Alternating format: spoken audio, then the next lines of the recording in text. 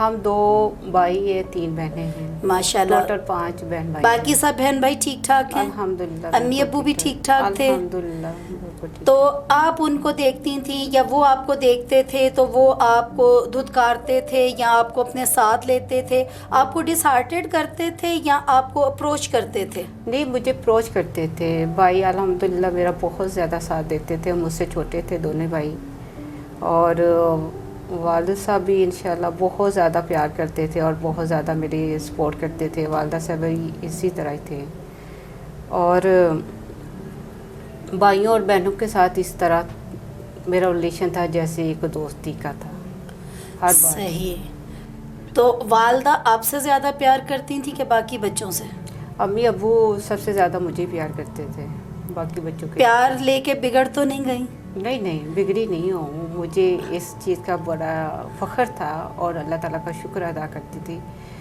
تو بہن بھائی بھی پیار کرتے ہیں اور امی ابو بھی پیار کرتے ہیں. تو صدیقہ پھر آپ نے تعلیم شروع کی کہ کام شروع کیا؟ کیا اسٹارٹ کیسے لیا آپ نے اپنی زندگی کا؟ میں جی والد صاحب اور والدہ صاحبہ گھر میں قلین بناتی تھی.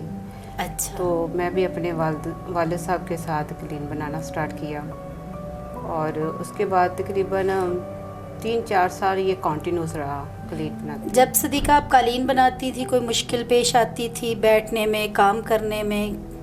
نہیں میم، اس طرح کی کوئی مشکل پیش آتی بھی تھی تو میں اس کا سامنا کرتی تھی. صحیح. ایسی کوئی ایشو نہیں تھا ہوا. جرت اور دیدہ دلیری کے ساتھ آپ زندگی کے سٹیپ چلتی گئیں؟ بالکل جی، بالکل. جیسے ٹھیک. سب سے پہلے آپ زندگی کے سٹیپ میں قالین بننا شروع کیا آپ نے؟ جی. سیکھا اپنے والدین سے؟ ہاں جی، والدین سے سیکھا. پھر تعلیم کی طرف کیسے آئیں آپ؟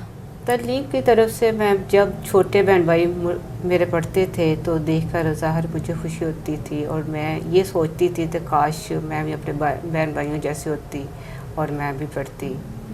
اور تعلیم کا اتنا جنون تھا میرے اندر تو آپ سوچ بھی نہیں سکتے. بھائیوں کی بہنوں کی بکس پکڑنی اور دیکھا ہوگا ولیج میں چارپائیاں لگی ہوتی ہے 2-4-5 کے. جی بالکل اسی طرح سے. تو وہ بک پکڑنی اور چارپائی کے اندر چلے جانا اور وہاں پہ بیٹھ کر تصویریں دیکھنی، لفظوں کو دیکھنا، تو سوچنا اپنے اندر ہی اندر تو کاش میں ان لفظوں کو پڑھوں گی. تصویریں تو الحمدللہ میں دیکھ سکتی ہوں لیکن ان لفظوں کو بھی میں پڑھ سکوں گی یا نہیں. اور اچانک کی 6 ماہ کے بعد ایک سینٹر بنا تھا جن کا نام تھا چینر سینٹر اور ان کی ریکوائرمنٹ یہ تھی تو جو بچہ قلین بناتا ہے یا کوئی بچی قلین بناتی ہے ان کو انٹر کیا جائے گا، ادروائز کسی بچے کو ایڈمیشن نہیں دیا. جو مزدوری کرتے تھے ان بچوں کو ایڈمیشن دیا؟ جی جی ویری گڈ. ان کا بھی کہ ان لوگوں نے آپ لوگوں کا احساس کیا. بالکل جی. تو اس میں سے سب سے فرسٹ پہ نمبر میرا ہی لکھا گیا تھا، میرا نام لکھا گیا تھا. انہوں نے دیکھا تو یہ ایک مزدور بھی ہے اور کام بھی کرتی ہے قلین کا. صدیقہ جب وہ لوگ آئے تھے اسکول کے لیے وہ آپ کے پاس آئے تھے کہ آپ وہ اسکول کھول کے بیٹھ گئے تھے اور آپ اپنے شوق اور لگن میں ان کے پاس گئی تھیں؟ میں فرسٹ ٹائم تو میم مینا تھے وہ میرے پاس آئے تھے. میری سسٹر نے بھیجا تھا کیونکہ وہ اسکول میں آئے تھے. اسکول میں انہوں نے پوچھا تھا تو کسی کا بہن یا کسی کا بھائی قلین بناتا ہے ہمیں بتائیں. تو سب سے پہلے میری بہن اسٹینڈ اپ ہوئی اور انہوں نے کہا تو میری سسٹرس بناتی ہے قلین.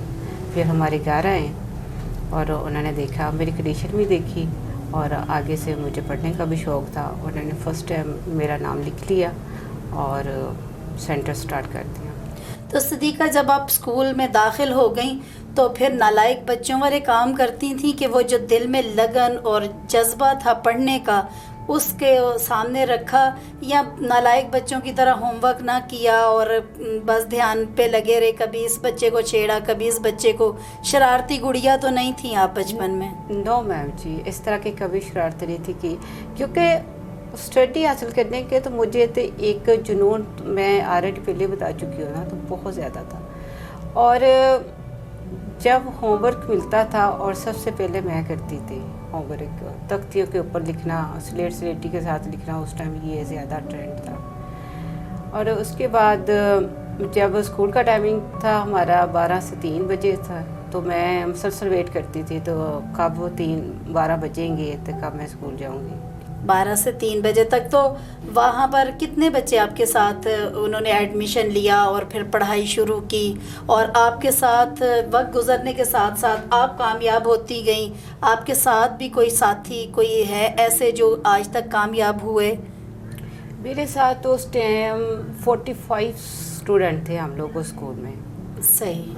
جس میں سے واحد تو میں ہی ہوں جس نے کنٹینیوز رکھی اپنی ایجوکیشن. تو اس اسکول میں کتنا عرصہ پڑھی آپ نے؟ کہاں تک تعلیم حاصل کی اس اسکول سے؟ اس اسکول سے میں نے 5 تک تعلیم حاصل کی اور تقریباً 2.5 سال میں نے 5 تک کمپلیٹ کر لیا تھا. 1 سال میں 2 کلاسز کرتی رہی. ویری گڈ، بہت اچھا، ماشاءاللہ. تو پھر 5 کے بعد پرائمری کو جب آپ نے ختم کیا تو پھر آپ مڈل ایجوکیشن کے لیے کہاں گئیں؟ کیا پریشانیاں آئیں؟ کس نے آپ کی ہیلپ کی؟ میں میڈل کے لیے میں پرائیویٹ اسکول میں چلی گئی، ایڈمیشن لیا ادھر سے. اور چھوٹے بھائی تھے، بھائیوں کے ساتھ جاتی تھی. اور راستے میں اکثر ایسا ہوتا تھا کیونکہ میں بڑی تھی اور بھائی چھوٹے تھے، سائیکل کے اوپر سے جاتے تھے اور سائیکل کے اوپر سے آتے تھے. کبھی کبھی ایسا ہوتا تھا تو میں سائیکل پہ گر بھی جاتی تھی کیونکہ بھائی کو چلانا بھی نہیں تھا آتا، اور دوسرے نمبر تو وہ چھوٹے بھی تھے. تو اکثر ہی ایسا ہوتا تھا میں گر جاتی. جب زیادہ چوٹ آنی تو اسکول سے چھٹی کرنی. چھٹی کے کیسے کرنا، میں نے ریکویسٹ کرنی اپلیکیشن بھیجنی کرنی تو میری ایبسنٹ نہ لگی. مجھے یہ بڑا شوق تھا تو میری ایبسنٹ نہ لگی اور پریزنٹ ہو. صحیح. پورا منتھ میری پریزنٹ ہوتی تھی. تو امی کو یا ابو کو پتہ چلتا تھا کہ گر گئی اور چوٹ لگ گئی ہے تو پھر وہ کہتے نہیں تھے چھوڑو پڑھائی کو، اتنی پریشانی لے کے کیا کرنا ہے؟ دل سے بھی آپ افسردہ ہو جاتی ہوں گی کہ مجھے چوٹیں لگ جاتی ہیں، چھوڑو پڑھائی کو، کیا کرنا ہے کر کے آگے. پڑھائی کو تو دل نہیں سی کرتا تو میں اس کو چھوڑوں. ہاں کبھی امی کو پتہ چل جاتا تو امی ڈسہارڈ ہو جاتی تھی. تو میری بیٹی گر گئی ہے، چوٹیں آ گئی ہیں، اور وہ کہتی ہوتی تھی تو بیٹا چھوڑو، آپ نے کیا کرنا، آپ نے نہیں پڑھنا ہے گا. تو لیکن میں والدہ صاحبہ سے یہی کہتی تو نہیں ماما میں نے پڑھنا ہے، اور میرا شوق بھی یہ تو انشاءاللہ میں پڑھوں گی آگے کنٹینیوس رہے گی. اور میری اسٹارٹنگ پہ شوق یہ تھا تو میں اپنی ایجوکیشن کمپلیٹ کروں گی ماسٹر تک. ابھی میرا شوق ہے میں ایم فل کروں، لیکن ابھی تک مجھے ایڈمیشن نہیں ملا. تو پھر آپ نے اسی پرائیویٹ اسکول سے میٹرک کیا؟ جی اسی پرائیویٹ اسکول سے میں نے میٹرک کیا. میٹرک کرنے کے بعد پھر آپ نے کیا کیا؟ میٹرک کرنے کے بعد پھر میں نے پرائیویٹ ایف اے کیا. ایف اے کے بعد پھر میں علامہ اقبال اوپن یونیورسٹی سے ایڈمیشن لیا، بی اے کیا. بی اے کے بعد میں نے ماسٹر کیا. تو اس ساری پڑھائی کا خرچہ کون افورڈ کرتا رہا؟ والدین ہی کہ خود کچھ ہمت کرتی رہیں، پڑھائی کے ساتھ ساتھ کچھ کرنے کی لگن بھی رہی کہ نہیں بس پڑھائی کو ہی سر پہ سوار رکھا؟ نہیں والدین بھی سپورٹ کرتے رہے. اس سے زیادہ سپورٹ میری اپنی ہوتی تھی کیونکہ میں نے ایک سینٹر بنایا تھا، ٹیوشن سینٹر، اور وہ بھی کنٹینیوس رہا. اس کی بچوں کی ٹیوشن ملتی تھی، اور اس کے بعد سلائی کڑھائی اس طرح کا کام میں نے کنٹینیوس رکھا. میں نے کسی کا بوجھ نہیں بنا. صدیقہ آپ نے خود یہ سلائی کڑھائی کہاں سے سیکھی؟ سلائی کڑھائی میں نے کسی کے پاس سے نہیں سیکھی. دیکھ کر میں نے سارا کام کیا. کس کو دیکھا؟ جیسے میم اگر آپ نے فرض کے طور پہ آپ نے کوئی ڈریس پہنا کڑھائی والا تو میں نے دیکھا تو فوراً اس کی نقل اتار لی. میں نے سنا کہ آپ کو کافی سارے ٹانکے بنانے آتے ہیں کڑھائی میں، بہت ماہر ہیں آپ. جی الحمدللہ. تارکچھی میں اور بھی زیادہ ٹانکے ہیں، کافی زیادہ ہیں. تارکچھی ہے، لیزی ڈیزی ہے، موٹر وے ہے، نواز شریف ہے، بین زیر ہے، پولا ٹانکا ہے، لمبا ٹانکا ہے، 100 کافی ٹانکے ہیں. ماشاءاللہ. جی ناظرین، ایسے لوگ ہمیشہ زندگی میں کامیاب ہوتے رہتے ہیں جو اپنی معذوریوں کو اپنا بوجھ نہیں سمجھتے بلکہ اپنے بوجھ کو خود اٹھا کر چلتے جاتے ہیں، آگے سے آگے بڑھتے جاتے ہیں، اور پھر ایک دن صدیقہ جیسے لوگ کامیاب بھی ہو جاتے ہیں، کامران بھی ہو جاتے ہیں. ناظرین اس سے آگے بھی ہم ان سے سوالات کرتے رہیں گے. تھوڑی دیر کے لیے بریک لیتے ہیں.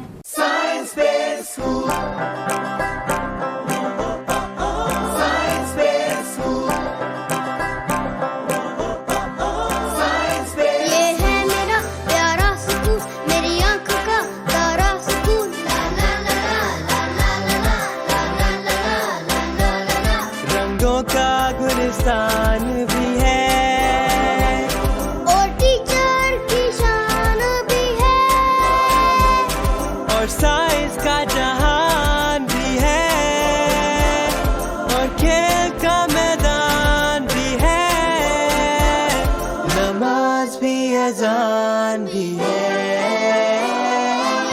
میرا پیارا اسکول میری آنکھ کا تارا اسکول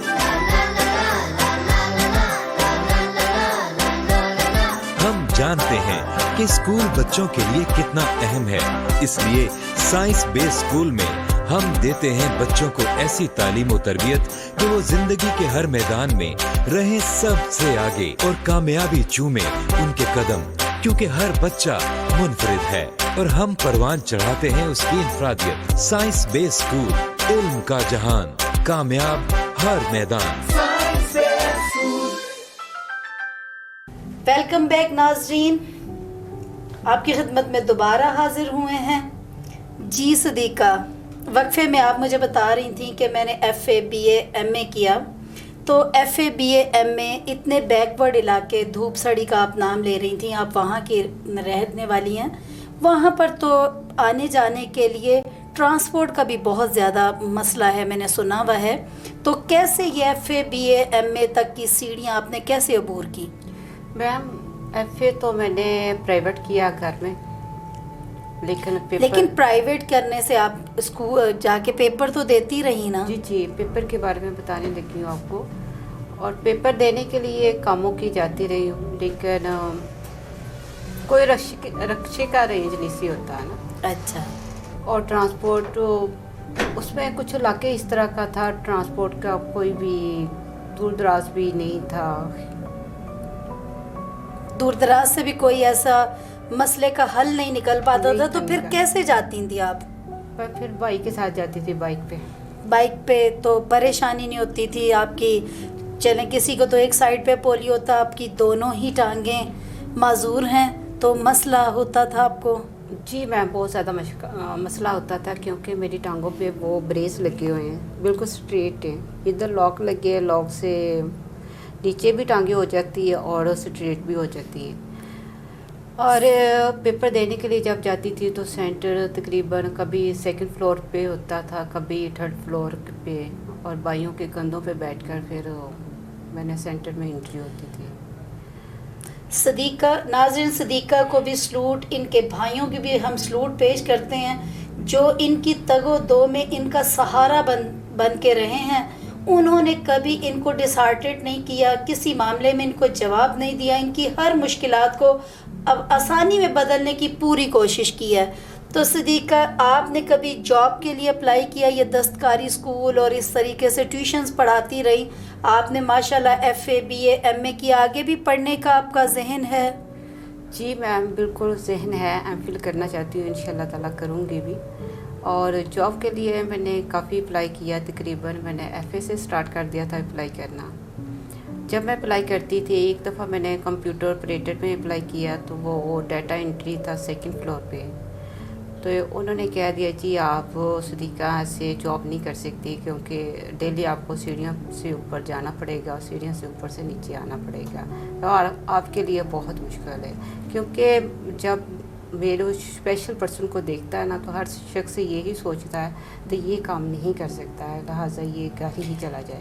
لیکن صدیقہ، میرے حساب سے عوام کو اسپیشل بچوں کے ساتھ بہت زیادہ تعاون کرنا چاہیے۔ اگر آپ جیسے لوگ ایم اے کر سکتے ہیں تو میرے خیال میں جاب کرنا بھی ان کے لیے کوئی مشکل کام نہیں ہے۔ بالکل جی میم، جیسے یہ اگر میں تقریباً سیکنڈ تھرڈ فلور پہ جا کر اپنی اسٹڈی کے لیے پیپر دے سکتی ہوں یا کلاس لے سکتی ہوں، تو ظاہر ہے میں جاب بھی تو کر سکتی ہوں، مجھے سیڑھیاں کوئی معنی نہیں رکھا۔ لازمی بات ہے، آپ کے ذہن میں تو ہوگا کہ میں نے F A B A M A اتنی تعلیم حاصل کی ہے تو مجھے ایک اچھی جاب مل جائے تاکہ میں اپنی زندگی کو آسانی سے گزار سکوں۔ جی بالکل جی، وزیر اعظم سے میری ریکویسٹ ہے تو اسپیشل پرسن کے لیے زیادہ سے زیادہ جابس ہو، جہاں پہ انہوں نے 5% کوٹا رکھا ہوا ہے، لیکن اس کو بڑھا کر 20% کوٹا رکھنا چاہیے، کیونکہ مزدور اگر وہ اپنی ہمت نہیں ہارتے تو ظاہر ہے وہ بھیک نہ مانگے، وہ اپنے ہاتھوں سے کما کر وہ خود اپنی روزی کھا سکیں۔ جی ناظرین، صدیقہ نے بہت اچھی بات کی ہے، اور ناظرین میں آپ لوگوں سے بھی ریکویسٹ کرنا چاہوں گی، اس کیمرے سے، اس رحمانی نیوز چینل کے ذریعے میں آپ سب سے ریکویسٹ کروں گی، جو بھی اس چینل کو دیکھ رہا ہے اس سے میری ریکویسٹ ہے کہ اگر یہ لوگ پڑھ لکھ کے آگے تک جاتے ہیں، معذوری کو بھیک نہیں مانگنا شروع کر دیتے، معذوری کو ایک سائڈ پہ رکھ کے جو ہے تگ و دو کرتے جاتے ہیں، ایک سے ایک سٹیپ چڑھتے جاتے ہیں، تو خدارا آپ لوگ بھی ان کی مدد کیجئے، ان لوگوں کو اپاہج ہونے کا احساس نہ دلائیے، ان لوگوں کو بھیک مانگنے پر مجبور مت کیجئے۔ جب یہ لوگ پڑھ لکھ جاتے ہیں تو ان کی جہاں تک آپ لوگوں سے مدد ہو سکے، اپنے آفیسز میں جاب دے سکیں، تو خدارا ان اپاہج پنے کو دیکھ کر ان کو ڈس ہارٹڈ نہ کریں، بلکہ ان کو اپریشیٹ کریں۔ ناظرین میری بات کو ضرور غور کیجیے گا۔ صدیقہ، ناظرین سے تو ہماری بات ہوتی جائے گی۔ صدیقہ، آپ نے جب دیکھا کہ آپ کے بہن بھائی ماشاءاللہ اپنے اپنے گھروں والے ہو گئے، تو ہر لڑکی جب چھوٹی ہوتی ہے تو گڑیوں کے کھیل کھیلنا شروع کرتی ہے، دلہن بناتی ہے، تو کیونکہ اس کے اپنے اندر اللہ تعالیٰ نے ایک جذبات ایسے رکھے ہوئے ہوتے ہیں کہ ہر لڑکی اپنے آپ کو دلہن بنا ہوا دیکھنا چاہتی ہے۔ تو صدیقہ، آپ نے اپنی بہنوں کی شادیاں دیکھیں، بھابھیوں کو لائے آپ لوگ، کبھی آپ کے دل میں یہ امنگ آئی کہ میری بھی شادی ہو، میں بھی گھر بسا سکوں؟ پہلے تو کوئی انٹرسٹ نہیں تھا شادی کے بارے میں، کبھی سوچا بھی نہیں تھا، کیونکہ والد صاحب تھے فل سپورٹ کرتے تھے۔ جب والد صاحب کی ڈیتھ ہو گئی 8 اکتوبر میں، تو پھر والدہ صاحبہ نے تھوڑا سا مجھے موٹیویٹ کیا، تو بیٹا آپ کی شادی کرنی ضروری ہے، اور آپ بھی ایسا نہ سوچیں جس طرح اپنے بہن بھائی آپ کے اپنے اپنے گھروں میں مصروف ہیں، اور میں یہ چاہتی ہوں تو آپ بھی اپنے گھر میں شفٹنگ ہو جائیں۔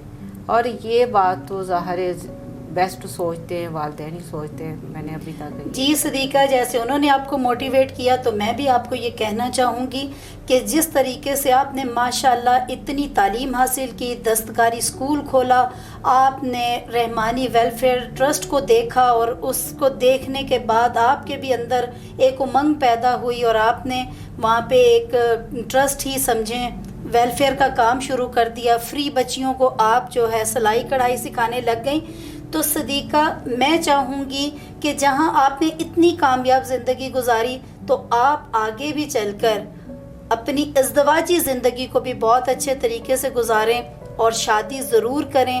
اللہ تعالیٰ نے آپ کو ہر قسم کا ٹیلنٹ دیا ہے، اور آپ نے جس طریقے سے معذوری کو اپنے اوپر بوجھ نہیں بنایا، تو شادی کر کے آپ ایک خوشگوار زندگی گزار سکتی ہیں۔ تو صدیقہ، آپ مجھے وقفے میں بات بتا رہی تھیں کہ آپ یہ بچیوں کو کوئی اسناد وغیرہ بھی دیتی ہیں جو آپ نے دستکاری اسکول کھولا، اور یہ کیسے آپ کے ذہن میں آیا کہ میں بچیوں کو فری کام سکھاؤں؟ اصل میم، جب میں نے دیکھا تو اصغر پہلوان ابو کے کانٹریکٹر تھے، ان کے کافی تعلقات تھے، تو اصغر پہلوان نے مجھے انوائٹ کیا 1-2 پروگرام میں۔ جب میں نے اس پروگرام کو دیکھا تو کافی زیادہ انہوں نے بچیوں کو سلائی کڑھائی، بیوٹی پارلر سکھایا، ہزاروں بچیوں نے ان سے تعلیم حاصل کی، تو دیکھ کر مجھے بھی شوق پیدا ہوا، اور میں نے بھی اپنے گاؤں میں ان کی مدد سے یا ان کی سپورٹ سے اپنے گاؤں میں ایک رحمانی ویلفیئر ٹرسٹ والا سینٹر سٹارٹ کر دیا۔ اب میرے پاس کافی بچیاں ہیں جو سلائی کڑھائی سیکھ رہی ہیں اور اسٹڈی بھی کر رہی ہیں۔ تقریباً میرے پاس 1 کلاس سے لے کر میٹرک کلاس تک بچیاں اسٹڈی کر رہی ہیں۔ تو آپ بھی ان کو فری ہی سب کچھ کر رہی ہیں؟ جی الحمدللہ، جو سلائی کڑھائی والی بچیاں تو وہ بالکل فری ہیں۔ کچھ بچے ایسے ہیں جو فیس پے کر سکتے ہیں، وہ جو ٹیوشن پڑھاتی ہیں ان سے میں ٹیوشن لیتی ہوں، اور سلائی کڑھائی کا بالکل کچھ نہیں لیتی، فری میں ان کو کروا رہی ہوں۔ ماشاءاللہ، جزاک اللہ۔ جیسا کہ صدیقہ ہر انسان کے ساتھ شانہ بشانہ، یہاں تک کہ رحمانی ویلفیئر ٹرسٹ کے ساتھ بھی وہ شانہ بشانہ چلنے کی کوشش کر رہی ہیں، تو ہماری دعا ہے کہ صدیقہ زندگی کے ہر موڑ پر، ہر جگہ پر کامیاب اور کامران ہوتی رہیں۔